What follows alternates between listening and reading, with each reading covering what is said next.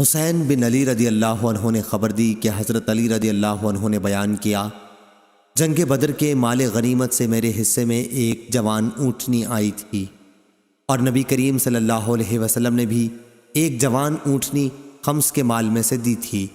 جب میرا ارادہ ہوا کہ فاطمہ رضی اللہ عنہا بنت رسول اللہ صلی اللہ علیہ وسلم سے شادی کروں، تو بنی قنیقہ قبیلہ یہود کے ایک صاحب سے جو سنار تھے، میں نے یہ طے کیا کہ وہ میرے ساتھ چلے اور ہم دونوں ازخر گھاس جنگل سے لائیں۔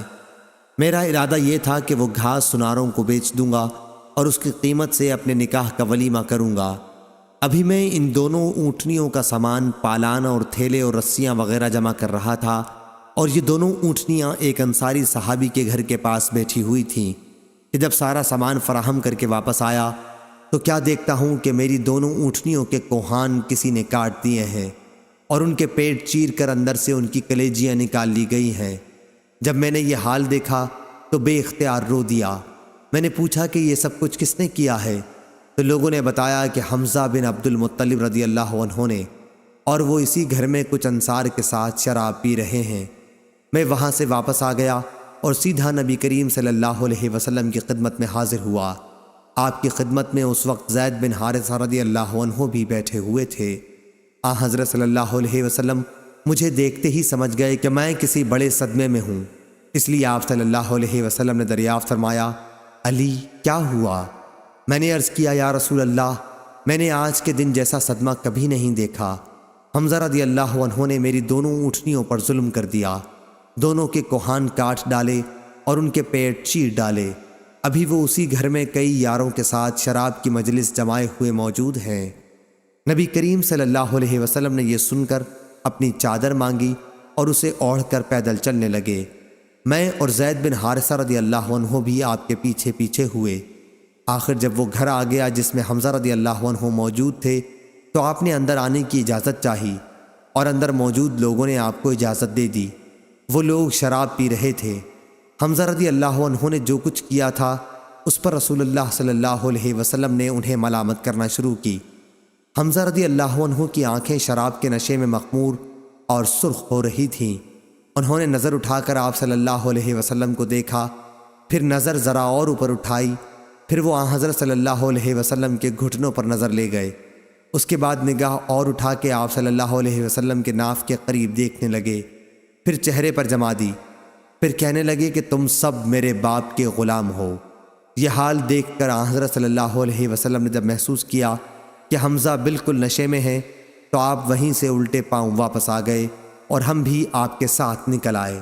صحیح بخاری حدیث نمبر 3091۔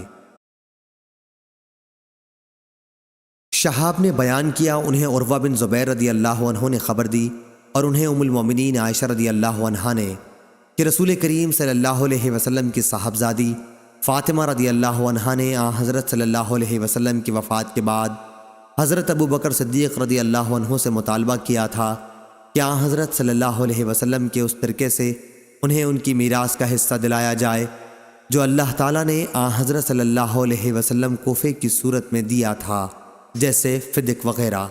صحیح بخاری حدیث نمبر 3092۔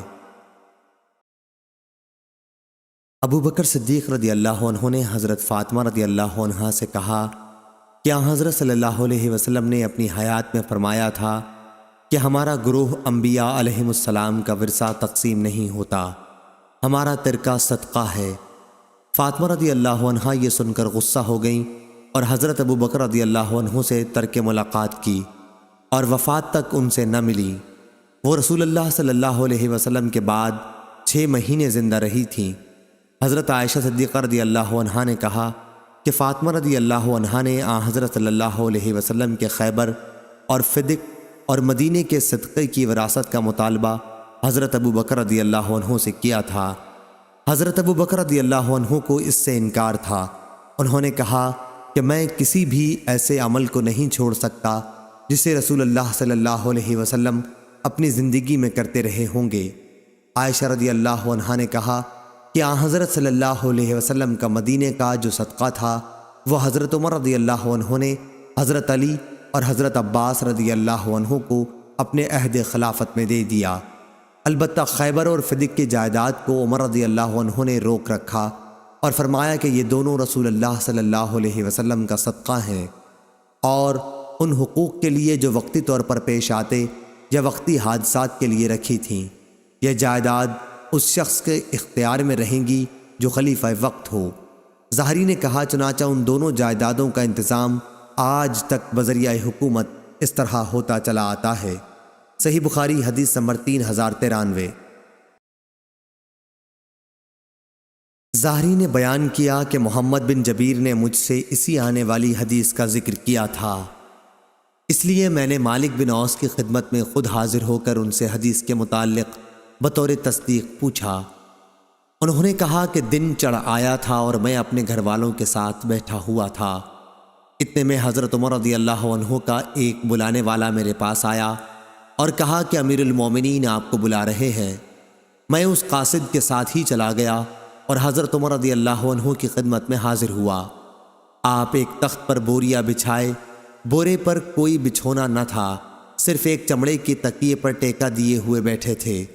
میں سلام کر کے بیٹھ گیا، پھر انہوں نے فرمایا، مالک تمہاری قوم کے کچھ لوگ میرے پاس آئے تھے، میں نے ان کے لیے کچھ حقیر سی امداد کا فیصلہ کر لیا ہے، تم اسے اپنی نگرانی میں ان میں تقسیم کرا دو۔ میں نے عرض کیا، یا امیر المومنین، اگر آپ اس کام پر کسی اور کو مقرر فرما دیتے تو بہتر ہوتا، لیکن عمر رضی اللہ عنہ نے یہی اصرار کیا کہ نہیں، اپنی ہی تحویل میں بانٹ دو۔ ابھی میں وہیں حاضر تھا کہ امیر المومنین کے دربان یرفع آئے اور کہا کہ عثمان بن عفان، عبد الرحمن بن عوف، زبیر بن عوام اور سعد بن ابی وقاص رضی اللہ عنہم اندر آنے کی اجازت چاہتے ہیں۔ حضرت عمر رضی اللہ عنہ نے فرمایا کہ ہاں، انہیں اندر بلا لو۔ آپ کی اجازت پر یہ حضرات داخل ہوئے اور سلام کر کے بیٹھ گئے۔ یرفع بھی تھوڑی دیر بیٹھے رہے اور پھر اندر آ کر عرض کیا، علی اور عباس رضی اللہ عنہ کو بھی اندر آنے کی اجازت ہے؟ آپ نے فرمایا کہ ہاں، انہیں بھی اندر بلا لو۔ آپ کی اجازت پر یہ حضرات بھی اندر تشریف لے آئے اور سلام کر کے بیٹھ گئے۔ عباس رضی اللہ عنہ نے کہا، یا امیر المومنین، میرا اور ان کا فیصلہ کر دیجئے۔ ان حضرات کا جھگڑا اس جائیداد کے بارے میں تھا جو اللہ تعالیٰ نے اپنے رسول اللہ صلی اللہ علیہ وسلم کو بنی نذیر کے اموال میں سے خمس کے طور پر عنایت فرمائی تھی۔ اس پر حضرت عثمان اور ان کے ساتھ جو دیگر صحابہ تھے کہنے لگے، ہاں امیر المومنین، ان حضرات میں فیصلہ فرما دیجئے اور ہر ایک کو دوسرے کی طرف سے بے فکر کر دیجئے۔ حضرت عمر رضی اللہ عنہ نے کہا، اچھا تو پھر ذرا ٹھہریے اور دم لے لیجئے۔ میں آپ لوگوں سے اس اللہ کی قسم دے کر پوچھتا ہوں جس کے حکم سے آسمان اور زمین قائم ہے، کیا آپ لوگوں کو معلوم ہے کہ رسول اللہ صلی اللہ علیہ وسلم نے فرمایا تھا کہ ہم پیغمبروں کا کوئی وارث نہیں ہوتا، جو کچھ ہم انبیاء چھوڑ کر جاتے ہیں وہ صدقہ ہوتا ہے، جس سے آن حضرت صلی اللہ علیہ وسلم کی مراد خود اپنی ذات گرامی بھی تھی۔ ان حضرات نے تصدیق کی کہ جی ہاں، بے شک آن حضرت صلی اللہ علیہ وسلم نے یہ فرمایا تھا۔ اب حضرت عمر رضی اللہ عنہ علی اور عباس رضی اللہ عنہ کی طرف مخاطب ہوئے، ان سے پوچھا، میں آپ حضرات کو اللہ کی قسم دیتا ہوں، کیا آپ حضرات کو بھی معلوم ہے کہ آن حضرت صلی اللہ علیہ وسلم نے ایسا فرمایا ہے یا نہیں؟ انہوں نے بھی اس کی تصدیق کی کہ آن حضرت صلی اللہ علیہ وسلم نے بے شک ایسا فرمایا ہے۔ حضرت عمر رضی اللہ عنہ نے کہا کہ اب میں آپ لوگوں سے اس معاملے کی شرح بیان کرتا ہوں۔ بات یہ ہے کہ اللہ تعالیٰ نے اپنے رسول صلی اللہ علیہ وسلم کے لیے اس غنیمت کا ایک مخصوص حصہ مقرر کر دیا تھا جسے آن حضرت صلی اللہ علیہ وسلم نے بھی کسی دوسرے کو نہیں دیا تھا۔ پھر آپ نے اس آیت کی تلاوت فرمائی، وَمَا أَفَاءَ اللَّهُ عَلَى رَسُولِهِم مِّنْهُمْ سے اللہ تعالیٰ کے ارشاد قدیر تک، اور وہ حصہ آن حضرت صلی اللہ علیہ وسلم کے لیے خاص رہا، مگر قسم اللہ کی یہ جائیداد آن حضرت صلی اللہ علیہ وسلم نے تم کو چھوڑ کر اپنے لیے جوڑ نہ رکھی، نہ خاص اپنے خرچ میں لائے، بلکہ تم ہی لوگوں کو دیں اور تمہارے ہی کاموں میں خرچ کیں۔ یہ جو جائیداد بچ رہی ہے، اس میں سے آپ اپنی بیویوں کا سال بھر کا خرچ لیا کرتے، اس کے بعد جو باقی بچتا وہ اللہ کے مال میں شریک کر دیتے، جہاد کے سامان فراہم کرنے میں۔ خیر، آن حضرت صلی اللہ علیہ وسلم تو اپنی زندگی میں ایسا ہی کرتے رہے، حاضرین تم کو اللہ کی قسم کیا تم یہ نہیں جانتے؟ انہوں نے کہا بے شک جانتے ہیں۔ پھر حضرت عمر رضی اللہ عنہ نے علی اور عباس رضی اللہ عنہ سے کہا میں آپ حضرات سے بھی اللہ کی قسم دے کر پوچھتا ہوں کیا آپ لوگ یہ نہیں جانتے ہیں؟ دونوں حضرات نے جواب دیا کہ ہاں۔ پھر حضرت عمر رضی اللہ عنہ نے یوں فرمایا کہ پھر اللہ تعالیٰ نے اپنے نبی کریم صلی اللہ علیہ وسلم کو دنیا سے اٹھا لیا تو ابو بکر صدیق رضی اللہ عنہ کہنے لگے کہ میں رسول اللہ صلی اللہ علیہ وسلم کا خلیفہ ہوں، اور اس لیے انہوں نے حضرت صلی اللہ علیہ وسلم کی اس مخلص جائیداد پر قبضہ کیا، اور جس طرح حضرت صلی اللہ علیہ وسلم اس میں سے مصارف کیا کرتے تھے وہ کرتے رہے۔ اللہ خوب جانتا ہے کہ ابو بکر رضی اللہ عنہ اپنے اس طرز عمل میں سچے، مخلص، نیکوکار، حق کی پیروی کرنے والے تھے۔ پھر اللہ تعالیٰ نے ابو بکر رضی اللہ عنہ کو بھی اپنے پاس بلا لیا، اور اب میں ابو بکر رضی اللہ عنہ کا نائب مقرر ہوا۔ میری خلافت کو 2 سال ہو گئے ہیں، اور میں نے بھی اس جائیداد کو اپنی تحویل میں رکھا ہے جو مصارف رسول اللہ صلی اللہ علیہ وسلم اور ابو بکر رضی اللہ عنہ اس میں کیا کرتے تھے ویسا ہی میں بھی کرتا رہا، اور اللہ خوب جانتا ہے کہ اس میں اپنے اس طرز عمل میں سچا، مخلص اور حق کی پیروی کرنے والا ہوں۔ پھر آپ دونوں میرے پاس مجھ سے گفتگو کرنے آئے اور بالاتفاق گفتگو کرنے لگے کہ دونوں کا مقصد ایک تھا۔ جناب عباس آپ تو اس لیے تشریف لائے کہ آپ کو اپنے بھتیجے صلی اللہ علیہ وسلم کی میراث کا دعویٰ میرے سامنے پیش کرنا تھا۔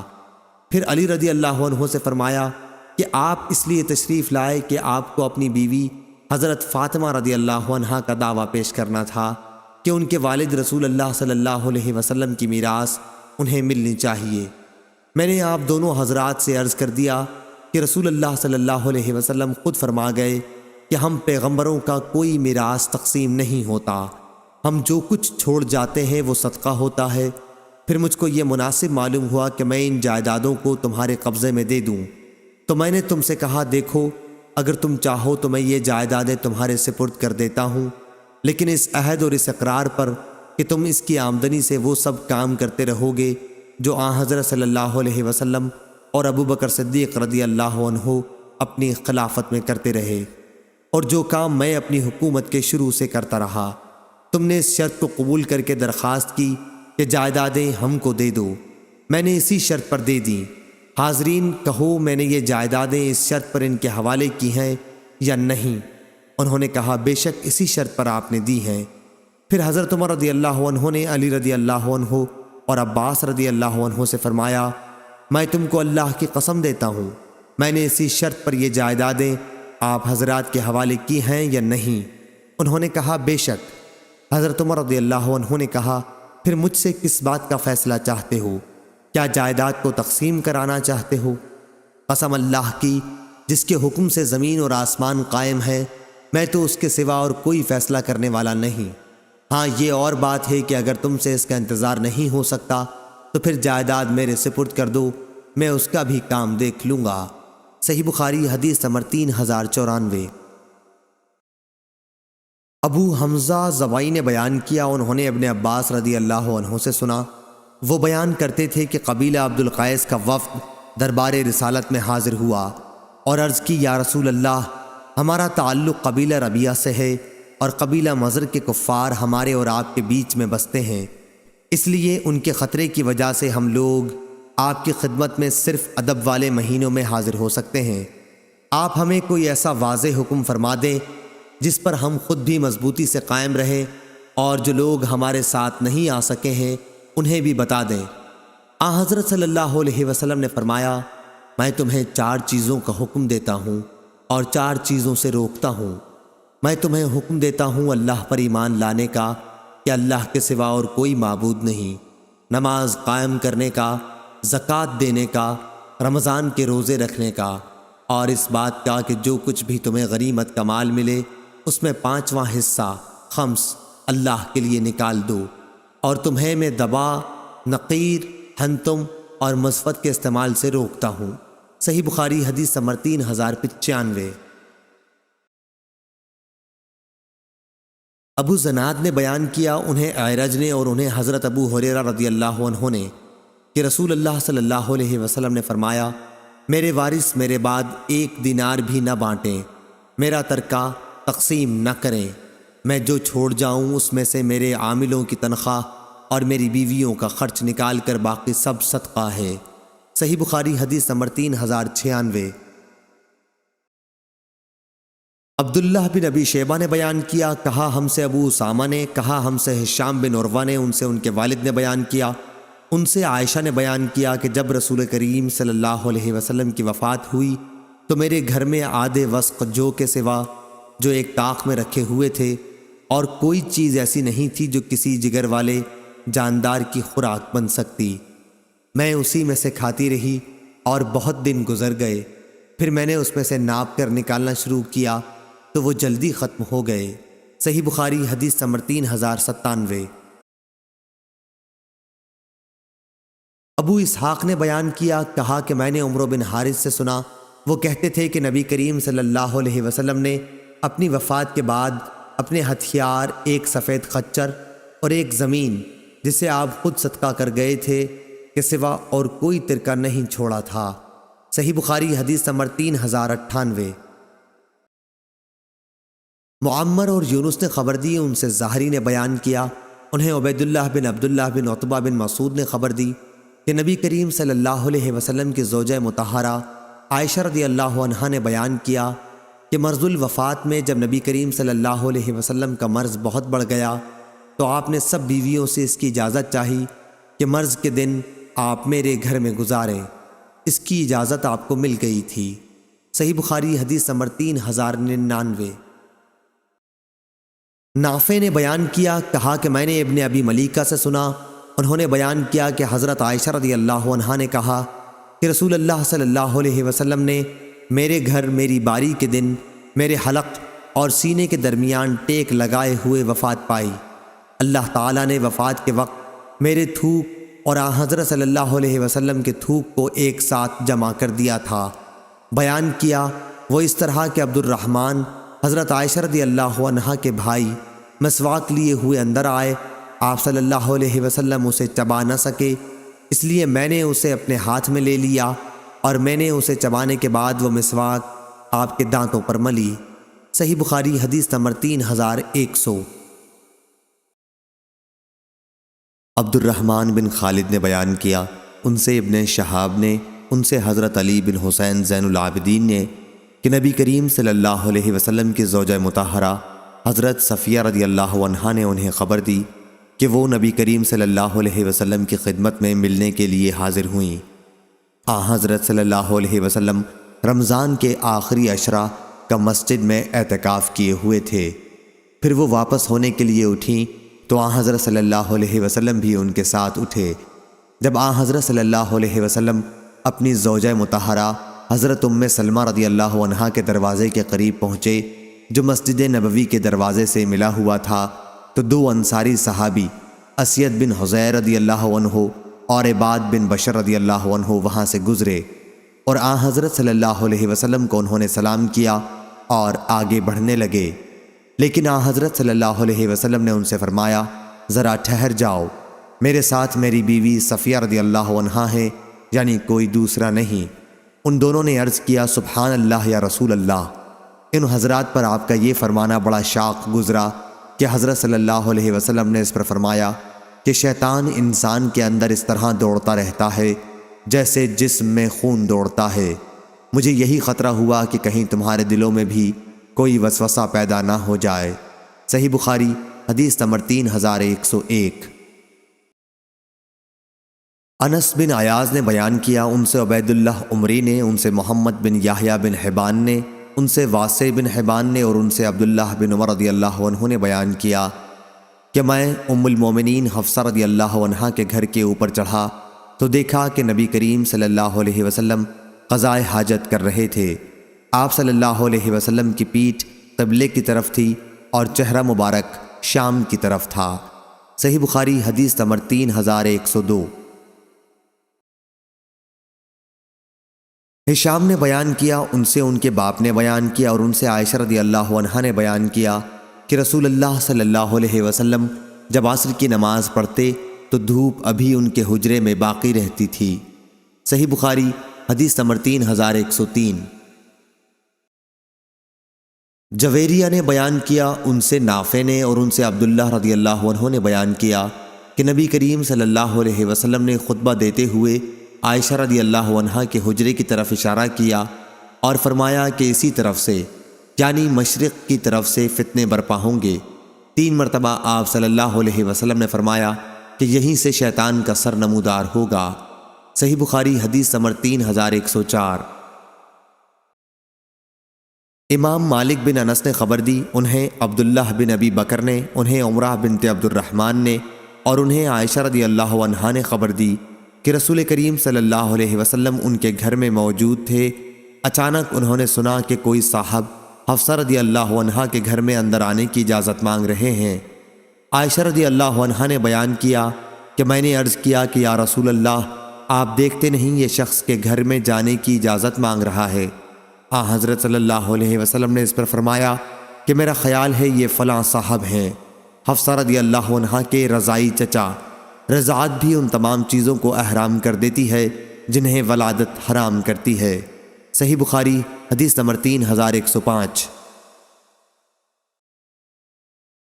محمد بن عبداللہ انصاری نے بیان کیا، کہا کہ مجھ سے میرے والد عبداللہ نے بیان کیا، ان سے ثمامہ نے اور ان سے انس رضی اللہ عنہ نے کہ جب ابو بکر رضی اللہ عنہ خلیفہ ہوئے تو انہوں نے ان کو یعنی انس رضی اللہ عنہ کو بحرین عامل بنا کر بھیجا اور ایک پروانہ لکھ کر ان کو دیا اور اس پر نبی کریم صلی اللہ علیہ وسلم کی انگوٹھی کی مہر لگائی۔ مہر مبارک پر 3 سطریں کندہ تھیں، ایک سطر میں محمد، دوسری میں رسول، تیسری میں اللہ کندہ تھا۔ صحیح بخاری حدیث نمبر 3106۔ عیسیٰ بن تہمان نے بیان کیا، انہوں نے کہا کہ انس بن مالک رضی اللہ عنہ نے ہمیں 2 پرانے جوتے نکال کر دکھائے جن میں 2 تسمے لگے ہوئے تھے۔ اس کے بعد پھر ثابت بنانی نے مجھ سے انس رضی اللہ عنہ سے بیان کیا کہ وہ دونوں جوتے نبی کریم صلی اللہ علیہ وسلم کے تھے۔ صحیح بخاری حدیث نمبر 3107۔ ایوب سختیانی نے بیان کیا، ان سے حمید بن ہلال نے اور ان سے ابو بردہ بن ابو موسیٰ نے بیان کیا کہ عائشہ رضی اللہ عنہا نے ہمیں ایک پیوند لگی ہوئی چادر نکال کر دکھائی اور بتلایا کہ اسی کپڑے میں نبی کریم صلی اللہ علیہ وسلم کی روح قبض ہوئی تھی۔ اور سلیمان بن مغیرہ نے حمید سے بیان کیا، انہوں نے ابو بردہ سے اتنا زیادہ بیان کیا کہ عائشہ رضی اللہ عنہا نے یمن کی بنی ہوئی ایک موٹی ازار تہبند اور ایک کمبل، انہی کمبلوں میں سے جن کو تم ملبد یعنی موٹا پیوندار کہتے ہو، ہمیں نکال کر دکھائی۔ صحیح بخاری حدیث نمبر 3108۔ عبدان نے بیان کیا، ان سے ابو حمزہ نے، ان سے عاصم نے، ان سے ابن سیرین نے اور ان سے انس بن مالک رضی اللہ عنہ نے کہ نبی کریم صلی اللہ علیہ وسلم کا پانی پینے کا پیالہ ٹوٹ گیا تو آپ نے ٹوٹی ہوئی جگہوں کو چاندی کی زنجیر سے جوڑوا لیا۔ عاصم کہتے ہیں کہ میں نے وہ پیالہ دیکھا ہے اور اس میں میں نے پانی بھی پیا ہے۔ صحیح بخاری حدیث نمبر 3109۔ یعقوب بن ابراہیم نے بیان کیا، کہا ہم سے میرے والد نے بیان کیا، ان سے ولید بن کثیر نے، ان سے محمد بن عمرو بن حلحلہ دولی نے، ان سے ابن شہاب نے، ان سے علی بن حسین زین العابدین رحمہ اللہ نے بیان کیا کہ جب ہم سب حضرات حسین بن علی رضی اللہ عنہ کی شہادت کے بعد یزید بن معاویہ کے یہاں سے مدینہ منورہ تشریف لائے تو مسعور بن مخرمہ رضی اللہ عنہ نے آپ سے ملاقات کی اور کہا اگر آپ کو کوئی ضرورت ہو تو مجھے حکم فرما دیجئے۔ حضرت زین العابدین نے بیان کیا کہ میں نے کہا مجھے کوئی ضرورت نہیں ہے۔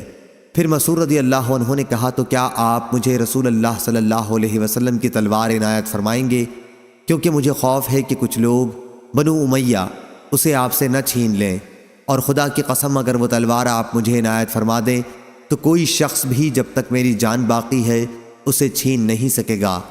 پھر مسعور رضی اللہ عنہ نے ایک قصہ بیان کیا کہ علی بن ابی طالب رضی اللہ عنہ نے حضرت فاطمہ رضی اللہ عنہا کی موجودگی میں ابو جہل کی ایک بیٹی جمیلہ نامی کو پیغام نکاح دے دیا تھا۔ میں نے خود سنا کہ اسی مسئلے پر رسول اللہ صلی اللہ علیہ وسلم نے اپنے اسی منبر پر کھڑے ہو کر صحابہ کو خطاب فرمایا۔ میں اس وقت بالغ تھا، آپ صلی اللہ علیہ وسلم نے خطبے میں فرمایا کہ فاطمہ مجھ سے ہے اور مجھے ڈر ہے کہ کہیں وہ اس رشتے کی وجہ سے کسی گناہ میں نہ پڑ جائے کہ اپنے دین میں وہ کسی فتنے میں مبتلا ہو۔ اس کے بعد حضرت صلی اللہ علیہ وسلم نے خاندان بن عبد شمس کے ایک اپنے داماد عاص بن ربیع کا ذکر کیا اور دامادی سے متعلق آپ نے ان کی تعریف کی۔ آپ نے فرمایا کہ انہوں نے مجھ سے جو بات کہی سچ کہی، جو وعدہ کیا اسے پورا کیا۔ میں کسی حلال یعنی نکاح ثانی کو حرام نہیں کر سکتا اور نہ کسی حرام کو حلال بناتا ہوں، لیکن اللہ کی قسم رسول اللہ صلی اللہ علیہ وسلم کی بیٹی اور اللہ کے دشمن کی بیٹی ایک ساتھ جمع نہیں ہوں گی۔ صحیح بخاری حدیث نمبر 3110۔ سفیان بن عینہ نے بیان کیا، ان سے محمد بن سوقہ نے، ان سے منظر بن یعلی نے اور ان سے محمد بن حنفیہ نے، انہوں نے کہا کہ اگر حضرت علی رضی اللہ عنہ حضرت عثمان رضی اللہ عنہ کو برا کہنے والے ہوتے تو اس دن ہوتے جب کچھ لوگ حضرت عثمان رضی اللہ عنہ کے عاملوں کی جو زکوٰۃ وصول کرتے تھے شکایت کرنے ان کے پاس آئے۔ انہوں نے مجھ سے کہا عثمان رضی اللہ عنہ کے پاس جا اور یہ زکوٰۃ کا پروانہ لے جا، ان سے کہنا کہ یہ پروانہ حضرت صلی اللہ علیہ وسلم کا لکھوایا ہوا ہے، تم اپنے عاملوں کو حکم دو کہ وہ اسی کے مطابق عمل کریں۔ چنانچہ میں اسے لے کر حضرت عثمان رضی اللہ عنہ کی خدمت میں حاضر ہوا اور انہیں پیغام پہنچا دیا، لیکن انہوں نے فرمایا کہ ہمیں اس کی کوئی ضرورت نہیں کیونکہ ہمارے پاس اس کی نقل موجود ہے۔ میں نے جا کر حضرت علی رضی اللہ عنہ سے یہ واقعہ بیان کیا تو انہوں نے فرمایا کہ اچھا پھر اس پروانے کو جہاں سے اٹھایا ہے وہیں رکھ دو۔ صحیح بخاری حدیث نمبر 3111۔ سفیان نے بیان کیا، انہوں نے کہا ہم سے محمد بن سوقہ نے کہا کہ میں نے منظر ثوری سے سنا، وہ محمد بن حنفیہ سے بیان کرتے تھے کہ میرے والد علی رضی اللہ عنہ نے مجھ کو کہا کہ یہ پروانہ عثمان رضی اللہ عنہ کو لے جا کر دے آؤ، اس میں زکوٰۃ سے متعلق رسول اللہ صلی اللہ علیہ وسلم کے بیان کردہ احکامات درج ہیں۔ صحیح بخاری حدیث نمبر 3112۔ حکم نے خبر دی، کہا کہ میں نے ابن ابی لیلہ سے سنا، کہا مجھ سے حضرت علی رضی اللہ عنہ نے بیان کیا کہ حضرت فاطمہ رضی اللہ عنہ کو چکی پیسنے کی بہت تکلیف ہوتی، پھر انہیں معلوم ہوا کہ رسول اللہ صلی اللہ علیہ وسلم کے پاس کچھ قیدی آئے ہیں، اس لیے وہ بھی ان میں سے ایک لونڈی یا غلام کی درخواست لے کر حاضر ہوئیں، لیکن حضرت صلی اللہ علیہ وسلم موجود نہیں تھے۔ وہ حضرت عائشہ رضی اللہ عنہا سے اس کے متعلق کہہ کر واپس چلی آئیں۔ پھر جب حضرت صلی اللہ علیہ وسلم تشریف لائے تو حضرت عائشہ رضی اللہ عنہا نے آپ صلی اللہ علیہ وسلم کے سامنے ان کی درخواست پیش کر دی۔ حضرت علی رضی اللہ عنہ کہتے ہیں کہ اسے سن کر حضرت صلی اللہ علیہ وسلم ہمارے یہاں رات ہی کو تشریف لائے۔ جب ہم اپنے بستروں پر لیٹ چکے تھے، جب ہم نے حضرت صلی اللہ علیہ وسلم کو دیکھا تو ہم کھڑے ہونے لگے، تو آپ صلی اللہ علیہ وسلم نے فرمایا کہ جس طرح ہو ویسے ہی لیٹے رہو۔ پھر آپ صلی اللہ علیہ وسلم میرے اور فاطمہ رضی اللہ عنہ کے بیچ میں بیٹھ گئے اور اتنے قریب ہو گئے کہ میں نے آپ صلی اللہ علیہ وسلم کے دونوں قدموں کی ٹھنڈک اپنے سینے پر پائی۔ اس کے بعد آپ صلی اللہ علیہ وسلم نے فرمایا جو کچھ تم لوگوں نے لونڈی یا غلام مانگے ہیں میں تمہیں اس سے بہتر بات کیوں نہ بتاؤں۔ جب تم دونوں اپنے بستر پر لیٹ جاؤ تو سونے سے پہلے اللہ اکبر 34 مرتبہ اور الحمدللہ 33 مرتبہ اور سبحان اللہ 33 مرتبہ پڑھ لیا کرو، یہ عمل بہتر ہے اس سے جو تم دونوں نے مانگا ہے۔ صحیح بخاری حدیث نمبر 3113۔ جابر بن عبداللہ رضی اللہ عنہ نے بیان کیا کہ ہم انصاریوں کے قبیلے میں ایک انصاری کے گھر بچہ پیدا ہوا تو انہوں نے بچے کا نام محمد رکھنے کا ارادہ کیا، اور شعبہ نے منصور سے روایت کر کے بیان کیا ہے کہ ان انصاری نے بیان کیا جن کے یہاں بچہ پیدا ہوا تھا کہ میں بچے کو اپنی گردن پر اٹھا کر نبی کریم صلی اللہ علیہ وسلم کی خدمت میں حاضر ہوا، اور سلیمان کی روایت میں ہے کہ ان کے یہاں بچہ پیدا ہوا تو انہوں نے اس کا نام محمد رکھنا چاہا۔ حضرت صلی اللہ علیہ وسلم نے اس پر فرمایا کہ میرے نام پر نام رکھو، لیکن میری کنیت ابو القاسم پر کنیت نہ رکھنا، کیونکہ مجھے تقسیم کرنے والا قاسم بنایا گیا ہے، میں تم میں تقسیم کرتا ہوں۔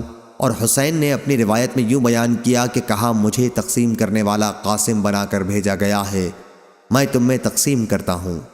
عمرو بن مرزوق نے کہا کہ ہمیں شعبہ نے خبر دی، ان سے قتادہ نے بیان کیا، انہوں نے سالم سے سنا اور انہوں نے جابر رضی اللہ عنہ سے کہ ان انصاری صحابی نے اپنے بچے کا نام قاسم رکھنا چاہا تو نبی کریم صلی اللہ علیہ وسلم نے فرمایا کہ میرے نام پر نام رکھو لیکن کنیت نہ رکھو۔ صحیح بخاری حدیث نمبر 3114۔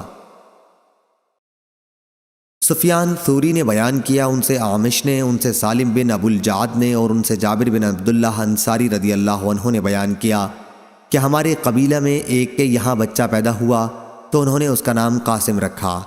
انصار کہنے لگے کہ ہم تمہیں ابو القاسم کہہ کر کبھی نہیں پکاریں گے اور ہم تمہاری آنکھ ٹھنڈی نہیں کریں گے۔ یہ سن کر وہ انصاری حضرت صلی اللہ علیہ وسلم کے پاس آیا اور عرض کی، یا رسول اللہ صلی اللہ علیہ وسلم، میرے گھر ایک بچہ پیدا ہوا ہے، میں نے اس کا نام قاسم رکھا ہے۔ تو انصار کہتے ہیں کہ ہم تیری کنیت ابو القاسم نہیں پکاریں گے اور تیری آنکھ ٹھنڈی نہیں کریں گے۔ آپ صلی اللہ علیہ وسلم نے فرمایا، انصار نے ٹھیک کہا ہے، میرے نام پر نام رکھو لیکن میری کنیت مت رکھو کیونکہ قاسم میں ہوں۔ صحیح بخاری حدیث نمبر 3115۔ حبان بن موسیٰ نے بیان کیا، کہا ہم سے عبداللہ بن مبارک نے، انہیں یونس نے، انہیں زہری نے، انہیں حمید بن عبد الرحمن نے، انہوں نے معاویہ رضی اللہ عنہ سے سنا، آپ نے بیان کیا کہ رسول اللہ صلی اللہ علیہ وسلم نے فرمایا، جس کے ساتھ اللہ تعالیٰ بھلائی چاہتا ہے اسے دین کی سمجھ دے دیتا ہے، اور دینے والا تو اللہ ہی ہے، میں تو صرف تقسیم کرنے والا ہوں، اور اپنے دشمنوں کے مقابلے میں یہ امت مسلمہ ہمیشہ غالب رہے گی تاکہ اللہ کا حکم قیامت آ جائے، اور اس وقت بھی وہ غالب ہی ہوں گے۔ صحیح بخاری حدیث نمبر 3116۔ ہلال نے بیان کیا، ان سے عبد الرحمن بن ابی عمرہ نے اور ان سے ابو ہریرہ رضی اللہ عنہ نے کہ رسول اللہ صلی اللہ علیہ وسلم نے فرمایا، نہ میں تمہیں کوئی چیز دیتا ہوں نہ تم سے کسی چیز کو روکتا ہوں، میں تو صرف تقسیم کرنے والا ہوں، جہاں جہاں کا مجھے حکم ہوتا ہے بس وہیں رکھ دیتا ہوں۔ صحیح بخاری حدیث نمبر 3117۔ ابن ابی عیاش نے بیان کیا اور ان کا نام نعمان تھا، ان سے خولہ بنت قیس انصاریہ رضی اللہ عنہا نے بیان کیا کہ نبی کریم صلی اللہ علیہ وسلم سے میں نے سنا، آپ فرما رہے تھے کہ کچھ لوگ اللہ تعالیٰ کے مال کو بے جا اڑاتے ہیں، انہیں قیامت کے دن آگ ملے گی۔ صحیح بخاری حدیث نمبر 3118۔ حسین نے بیان کیا، ان سے عامر نے اور ان سے عروہ بارقی رضی اللہ عنہ نے کہ نبی کریم صلی اللہ علیہ وسلم نے فرمایا، گھوڑوں کی پیشانیوں سے قیامت تک خیر و برکت آخرت میں اور غنیمت دنیا میں بندھی ہوئی ہے۔ صحیح بخاری حدیث نمبر 3119۔ ابو زناد نے بیان کیا، ان سے اعرج نے اور ان سے ابو ہریرہ رضی اللہ عنہ نے کہ رسول اللہ صلی اللہ علیہ وسلم نے فرمایا، جب کسرا مر جائے گا تو اس کے بعد کوئی کسرا پیدا نہ ہوگا، اور جب قیصر مر جائے گا تو اس کے بعد کوئی قیصر پیدا نہ ہوگا، اور اس ذات کی قسم جس کے ہاتھ میں میری جان ہے، تم لوگ ان دونوں کے خزانے اللہ کے راستے میں خرچ کرو گے۔ صحیح بخاری حدیث نمبر 3120۔ اسحاق بن راہویہ نے بیان کیا، انہوں نے جریر سے سنا، انہوں نے عبد الملک سے اور ان سے جابر بن سمرہ رضی اللہ عنہ نے بیان کیا کہ رسول اللہ صلی اللہ علیہ وسلم نے فرمایا، جب کسرا مر جائے گا تو اس کے بعد کوئی کسرا پیدا نہ ہوگا، اور جب قیصر مر جائے گا تو اس کے بعد کوئی قیصر پیدا نہ ہوگا، اور اس ذات کی قسم جس کے ہاتھ میں میری جان ہے، تم لوگ ان دونوں کے خزانے اللہ کے راستے میں خرچ کرو گے۔ صحیح بخاری حدیث نمبر 3121۔ یزید فقیر نے بیان کیا، کہا ہم سے جابر بن عبداللہ رضی اللہ عنہ نے بیان کیا کہ رسول اللہ صلی اللہ علیہ وسلم نے فرمایا، میرے لیے مراد امت ہے، غنیمت کے مال حلال کیے گئے ہیں۔ صحیح بخاری حدیث نمبر 3122۔ اعرج نے بیان کیا اور ان سے ابو ہریرہ رضی اللہ عنہ نے بیان کیا کہ رسول کریم صلی اللہ علیہ وسلم نے فرمایا، جو اللہ کے راستے میں جہاد کرے، جہاد کی نیت سے نکلے، اللہ کے کلام اس کے وعدے کو سچ جان کر، تو اللہ اس کا ضامن ہے، یا تو اللہ تعالیٰ اس کو شہید کر کے جنت میں لے جائے گا، یا اس کو ثواب اور غنیمت کا مال دلا کر اس کے گھر لوٹا لائے گا۔ صحیح بخاری حدیث نمبر 3123۔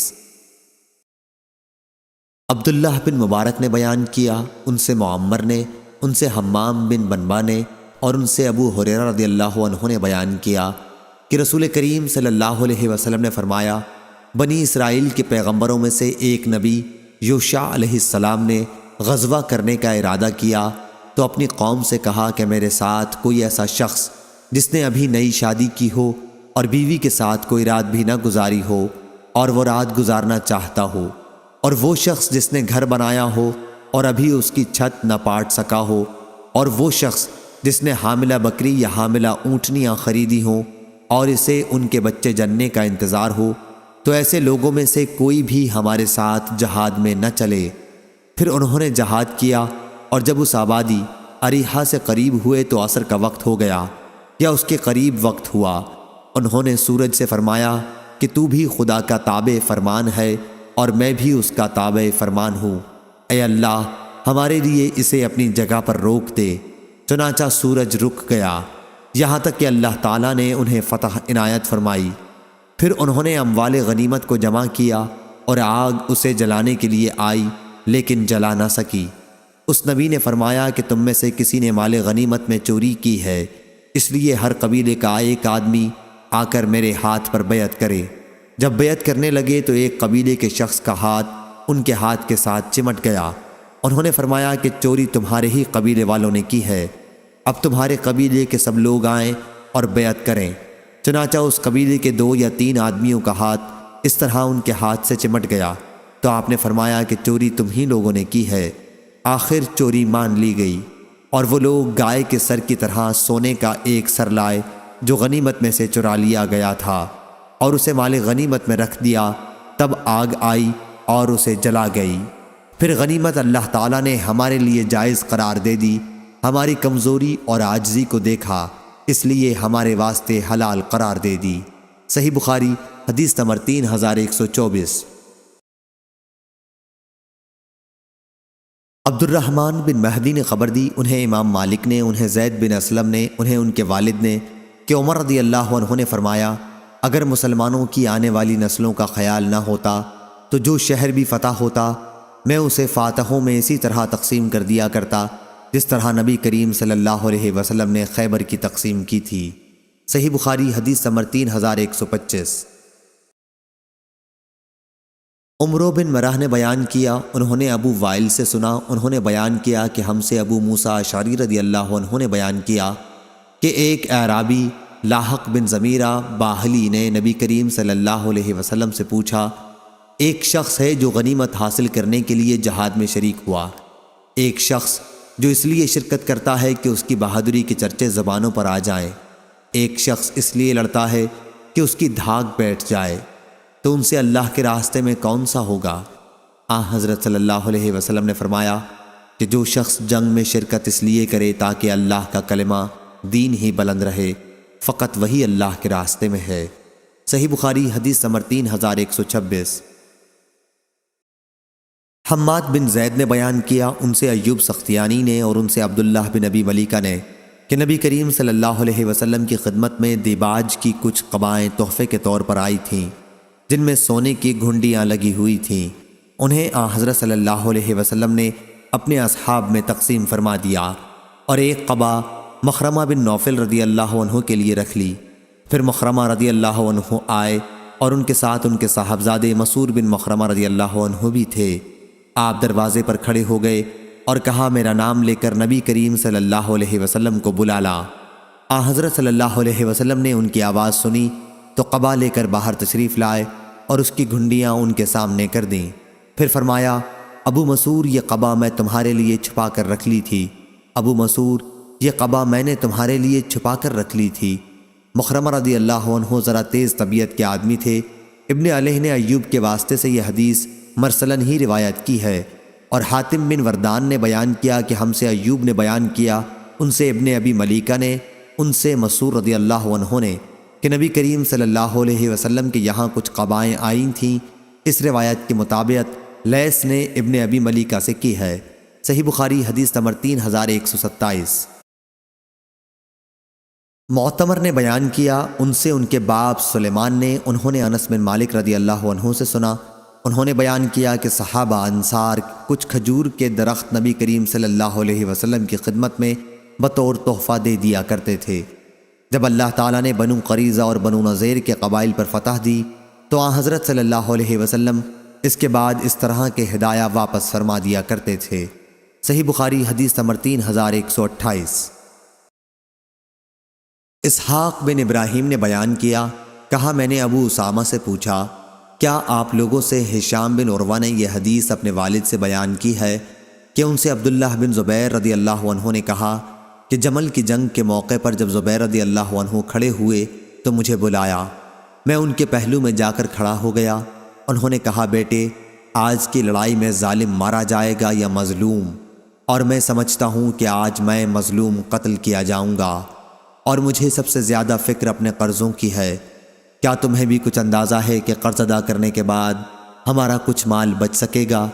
پھر انہوں نے کہا، بیٹے ہمارا مال فروخت کر کے اس سے قرض ادا کر دینا۔ اس کے بعد انہوں نے 1/3 کی میرے لیے اور اس 1/3 کے تیسرے حصے کی وصیت میرے بچوں کے لیے کی، یعنی عبداللہ بن زبیر کے بچوں کے لیے۔ انہوں نے فرمایا تھا کہ اس 1/3 کے 3 حصے کر لینا، اور اگر قرض کی ادائیگی کے بعد ہمارے اموال میں سے کچھ بچ جائے تو اس کا 1/3 تمہارے بچوں کے لیے ہوگا۔ ہشام راوی نے بیان کیا کہ عبداللہ رضی اللہ عنہ کے بعض لڑکے زبیر رضی اللہ عنہ کے لڑکوں کے ہم عمر تھے، جیسے خبیب اور عباد، اور زبیر رضی اللہ عنہ کے اس وقت 9 لڑکے اور 9 لڑکیاں تھیں۔ عبداللہ بن زبیر رضی اللہ عنہ نے بیان کیا کہ پھر زبیر رضی اللہ عنہ مجھے اپنے قرض کے سلسلے میں وصیت کرنے لگے اور فرمانے لگے کہ بیٹا اگر قرض ادا کرنے سے عاجز ہو جائے تو میرے مالک و مولا سے اس میں مدد چاہنا۔ عبداللہ رضی اللہ عنہ نے بیان کیا کہ قسم اللہ کی میں ان کی بات نہ سمجھ سکا۔ میں نے پوچھا کہ بابا آپ کے مولا کون ہیں؟ انہوں نے فرمایا کہ اللہ پاک۔ عبداللہ رضی اللہ عنہ نے بیان کیا، قسم اللہ کی قرض ادا کرنے میں جو بھی دشواری سامنے آئی تو میں نے اسی طرح دعا کی کہ اے زبیر کے مولا ان کی طرف سے ان کا قرض ادا کرا دے، اور ادائیگی کی صورت پیدا ہو جاتی تھی۔ چنانچہ جب زبیر رضی اللہ عنہ اسی موقع پر شہید ہو گئے تو انہوں نے ترکے میں درہم و دینار نہیں چھوڑے، بلکہ ان کا ترکہ کچھ تو اراضی کی صورت میں تھا اور اسی میں غابہ کی زمین بھی شامل تھی۔ 11 مکانات مدینہ میں تھے، 2 مکان بصرہ میں تھے، 1 مکان کوفہ میں تھا اور 1 مصر میں تھا۔ عبداللہ نے بیان کیا کہ ان پر جو اتنا سارا قرض ہو گیا تھا اس کی صورت یہ ہوئی تھی کہ جب ان کے پاس کوئی شخص اپنا مال لے کر امانت رکھنے آتا تو آپ اسے کہتے کہ نہیں، البتہ اسی صورت میں رکھ سکتا ہوں کہ یہ میرے ذمے بطور قرض رہے، کیونکہ مجھے اس کے ضائع ہو جانے کا بھی خوف ہے۔ حضرت زبیر رضی اللہ عنہ کسی علاقے کے امیر کبھی نہیں بنے تھے، نہ وہ خراج وصول کرنے پر کبھی مقرر ہوئے اور نہ کوئی دوسرا عہدہ انہوں نے قبول کیا۔ البتہ انہوں نے رسول اللہ صلی اللہ علیہ وسلم کے ساتھ اور ابو بکر و عمر اور عثمان رضی اللہ عنہم کے ساتھ جہادوں میں شرکت کی تھی۔ عبداللہ بن زبیر رضی اللہ عنہ نے کہا کہ جب میں نے اس رقم کا حساب کیا جو ان پر قرض تھی تو اس کی تعداد 22 لاکھ تھی۔ بیان کیا کہ پھر حکیم بن حزام رضی اللہ عنہ عبداللہ بن زبیر رضی اللہ عنہ سے ملے تو دریافت فرمایا، بیٹے میرے دینی بھائی پر کتنا قرض رہ گیا ہے؟ عبداللہ رضی اللہ عنہ نے چھپانا چاہا اور کہہ دیا کہ 1 لاکھ۔ اس پر حکیم نے کہا، قسم اللہ کی میں تو نہیں سمجھتا کہ تمہارے پاس موجود سرمایے سے یہ قرض ادا ہو سکے گا۔ عبداللہ نے اب کہا کہ اگر قرض کی تعداد 22 لاکھ ہوئی پھر آپ کی کیا رائے ہوگی؟ انہوں نے فرمایا، پھر تو یہ قرض تمہاری برداشت سے بھی باہر ہے، خیر اگر کوئی دشواری پیش آئے تو مجھ سے کہنا۔ عبداللہ نے بیان کیا کہ حضرت زبیر نے غابہ کی جائیداد 1,70,000 میں خریدی تھی، لیکن عبداللہ نے وہ 16 لاکھ میں بیچی۔ پھر انہوں نے اعلان کیا کہ حضرت زبیر رضی اللہ عنہ پر جس کا قرض ہو وہ غابہ میں آ کر ہم سے مل لے۔ چنانچہ عبداللہ بن جعفر بن ابی طالب رضی اللہ عنہ آئے، ان کا زبیر پر 4 لاکھ روپیہ چاہیے تھا۔ انہوں نے تو یہی پیشکش کی کہ اگر تم چاہو تو میں یہ قرض چھوڑ سکتا ہوں، لیکن عبداللہ رضی اللہ عنہ نے کہا کہ نہیں۔ پھر انہوں نے کہا کہ اگر تم چاہو میں سارے قرض کی ادائیگی کے بعد لے لوں گا۔ عبداللہ نے اس پر بھی یہی کہا کہ تاخیر کی بھی کوئی ضرورت نہیں۔ آخر انہوں نے کہا کہ پھر اس زمین میں میرے حصے کا قطع مقرر کر دو۔ عبداللہ نے کہا کہ آپ اپنے قرض میں یہاں سے یہاں تک لے لیجئے۔ راوی نے بیان کیا کہ زبیر کی جائیداد اور مکانات وغیرہ بیچ کر ان کا قرض ادا کر دیا گیا۔ اور سارے قرض کی ادائیگی ہو گئی۔ غابہ کی جائیداد میں 4.5 حصے ابھی بک نہیں سکے تھے، اس لیے عبداللہ رضی اللہ عنہ معاویہ رضی اللہ عنہ کے یہاں شام تشریف لے گئے۔ وہاں عمرو بن عثمان، منذر بن زبیر اور ابن زمع بھی موجود تھے۔ معاویہ نے ان سے دریافت کیا کہ غابہ کی جائیداد کی قیمت کتنی طے ہوئی؟ انہوں نے بتایا کہ ہر حصے کی قیمت 1 لاکھ طے پائی تھی۔ معاویہ نے دریافت کیا کہ اب باقی کتنے حصے رہ گئے ہیں؟ انہوں نے بتایا کہ 4.5 حصے۔ اس پر منذر بن زبیر نے کہا 1 حصہ 1 لاکھ میں لے لیتا ہوں۔ عمرو بن عثمان نے کہا کہ 1 حصہ 1 لاکھ میں لے لیتا ہوں۔ ابن زمع نے کہا کہ 1 حصہ 1 لاکھ میں لے لیتا ہوں۔ اس کے بعد معاویہ رضی اللہ عنہ نے پوچھا کہ اب کتنے حصے باقی بچے ہیں؟ انہوں نے کہا کہ 1.5 حصہ۔ معاویہ نے کہا کہ پھر اسے میں 1.5 لاکھ میں لے لیتا ہوں۔ بیان کیا کہ عبداللہ بن جعفر نے اپنا حصہ بعد میں معاویہ رضی اللہ عنہ کو 6 لاکھ میں بیچ دیا۔ پھر جب عبداللہ بن زبیر رضی اللہ عنہ قرض کی ادائیگی کر چکے تو زبیر رضی اللہ عنہ کی اولاد نے کہا کہ اب ہماری میراث تقسیم کر دیجئے، لیکن عبداللہ رضی اللہ عنہ نے فرمایا کہ ابھی تمہاری میراث اس وقت تک تقسیم نہیں کر سکتا جب تک 4 سال تک ایام حج میں اعلان نہ کرا لوں کہ جس شخص کا بھی زبیر رضی اللہ عنہ پر قرض ہو وہ ہمارے پاس آئے اور قرض لے جائے۔ راوی نے بیان کیا کہ عبداللہ رضی اللہ عنہ نے اب ہر سال ایام حج میں اس کا اعلان کرانا شروع کیا، اور جب 4 سال گزر گئے تو عبداللہ نے ان کو میراث تقسیم کی۔ راوی نے بیان کیا کہ زبیر رضی اللہ عنہ کی 4 بیویاں تھیں اور عبداللہ رضی اللہ عنہ نے وصیت کے مطابق 1/3 حصہ بچی ہوئی رقم میں سے نکال لیا تھا۔ پھر بھی ہر بیوی کے حصے میں 12 لاکھ کی رقم آئی، اور کل جائیداد حضرت زبیر رضی اللہ عنہ کی 5 کروڑ 2 لاکھ ہوئی۔ صحیح بخاری حدیث نمبر 3129۔ عثمان بن موہب نے بیان کیا اور ان سے ابن عمر رضی اللہ عنہ نے کہ حضرت عثمان رضی اللہ عنہ بدر کی لڑائی میں شریک نہ ہو سکے تھے۔ ان کے نکاح میں رسول کریم صلی اللہ علیہ وسلم کی ایک صاحبزادی تھیں اور وہ بیمار تھیں۔ ان سے نبی کریم صلی اللہ علیہ وسلم نے فرمایا کہ تمہیں بھی اتنا ہی ثواب ملے گا جتنا بدر میں شریک ہونے والے کسی شخص کو، اور اتنا ہی حصہ بھی ملے گا۔ صحیح بخاری حدیث نمبر 3130۔